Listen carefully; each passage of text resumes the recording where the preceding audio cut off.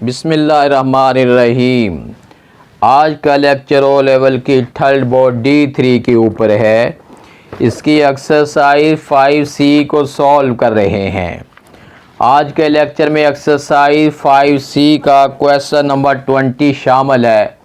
बेटा आपने video last तक देखनी है ताकि क्वेश्चन के कॉन्सेप्ट को अच्छी तरह आपके माइंड में मैं बैठा सकूं। क्वेश्चन नंबर 20 ये है, John invest $800 at 12 whole number 1/2% per annum compounded interest compounded monthly. What is the amount of interest at the end of first year? हमने जो है यहाँ पे है कि हमने मंथली इंटरेस्ट जो है ये फाइंड करनी है।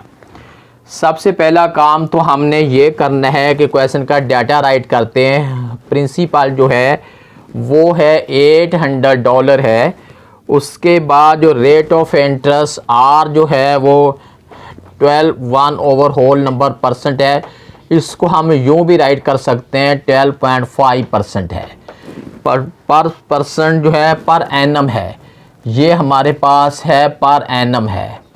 लेकिन वो कह रहे हैं कि इसको आपने मंथली पे लेके आना है, यानी 12.5 के ऊपर हमने 12 को डिवाइड करेंगे, क्योंकि एक ईयर के अंदर जो होता है वो 12 मंथ होते हैं।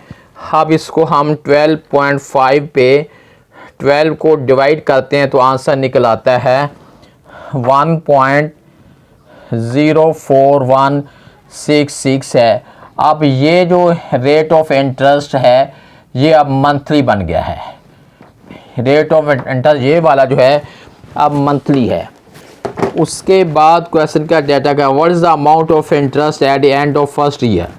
अब हमने रेट ऑफ इंटरेस्ट जो है वो लेना है at the end of first year. मतलब है कि हमने पहले साल के एंड में, यानी ऊपर हमने क्या करना है कि 12 राइट करेंगे।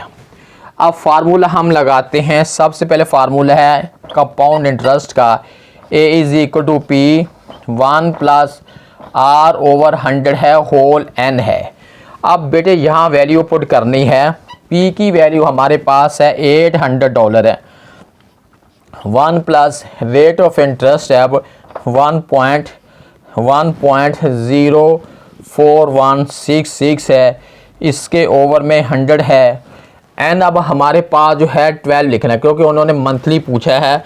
तो एन की रिप्लेसमेंट अब हमने 12 करनी है। अब हम इसे पहले सॉल्व करते हैं।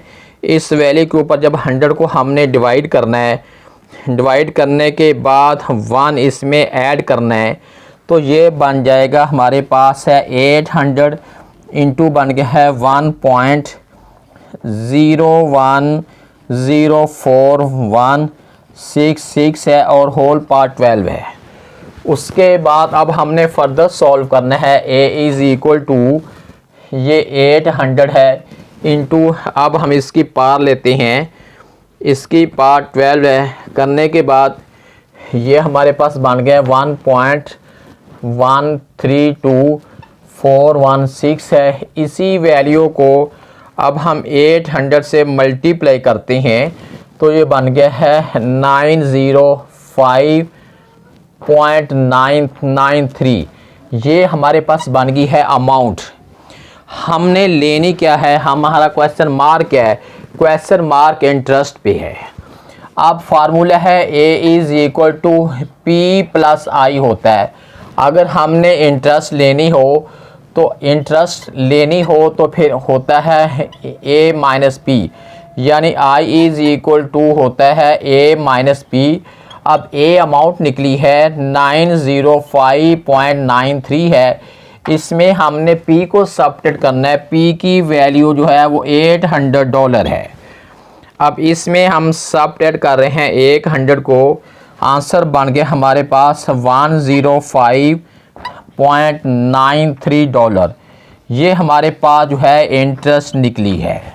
हमने क्वेश्चन नंबर 20 को भी सॉल्व कर लिया है।